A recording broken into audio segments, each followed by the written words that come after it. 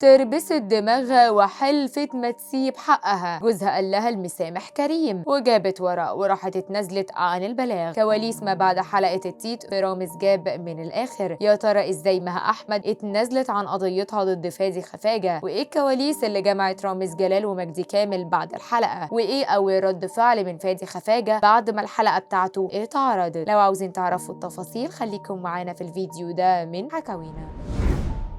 كلنا شفنا مها أحمد لما اتفاجئت بالفنان فادي خفاجة قدامها في مقلب رامز جاب من الآخر. طبعا كلها تقل وتجاهل، وباين عليها الزعل قوي من اللي حصل لها من فادي، وعشان كده كانت رافضة تديله أي ريق. والحلقة كلها كانت عبارة عن تيتا. اللي حصل بقى إن مها أحمد رفضت تتصالح مع فادي خفاجة وركبت دماغها، وحلقة رامز جلال ولا أثرت فيها. ده حتى آسف بتاعة فادي خفاجة ما كانش ليها أي لازمة بالنسبة لها، لكن اللي حصل بعد كده خلى موقفها يتغير. الفنان مجدي كامل جوزها هو اللي حسم الموضوع ده، وقال لها كفايه مشاكل وقضايا، وطالما الراجل اعتذر يبقى عفى الله عما سلف. مها احمد من حقها تزعل وتتضايق طبعا. واللي حصل بعد الحلقه ان رامز اتصل بالفنان مجدي كامل وخلاه يخلص الموضوع في التليفون بعد ما الحلقه اتسجلت على طول. هدف رامز من المكالمه دي ان البرنامج يقدم رسالته في الصلح بين المتخانقين، وعشان كده لما لقى مها احمد زعلانه اتصرف بطريقه تانية، جاب لها جوزها يحسم الحكايه دي. رغم ان مجدي كامل في الاول كان في صف مها احمد وقال تعمل اللي هي عاوزاه، بس رامز عارف يقنعه ويقنعها. فادي خفاجه مش شايف ان الموضوع مستاهل ازمه وقضيه، بالذات ان مها احمد في بدايه البرنامج قالت لرامز لو عاوز تجيب سيره فادي في الاسئله هات، انا اصلا رافعه عليه قضيه، اللي هو عادي يعني مش فارق معايا، هو غلط ولازم يتحاسب. اللي خلى مجدي كامل بقى يحسم موقفه ان في اعتذار حصل وعلى الملأ، وفادي كان باين عليه انه عاوز يخلص من القصه دي عشان يشوف حياته ولو في شغل يعمله ويركز اكتر. فادي خفاجه بس على راس مها احمد في البرنامج وقال لها حقك عليا يا مها وحقك عليا يا استاذ مجدي، انت استاذي بجد. وكان بينقذ مها احمد كمان من الغرق في البرنامج وخد بايدها في كذا مرحله. وفعلا رامز جلال قدر يحقق الغرض من الحلقه، بس اللي بعده ما كانش حد يعرف تفاصيله. فادي خفاجه مكمل في التيك توك ولسه عامل لايف من شويه، عكس اللي قاله قدام رامز انه خلاص مش هيطلع لايفات تاني ولا هيظهر على تيك توك تاني. لكن هيعمل ايه، خلاص خد على كده، ده اكل عيشه دلوقتي بدل التمثيل. هل بقى شايفين ان مها احمد وفادي خفاجه ممكن يطلعوا في لايف على تيك توك سوا ويعملوا جولات، ولا المعامله هتبقى على القد؟ شاركونا برايكم في التعليقات.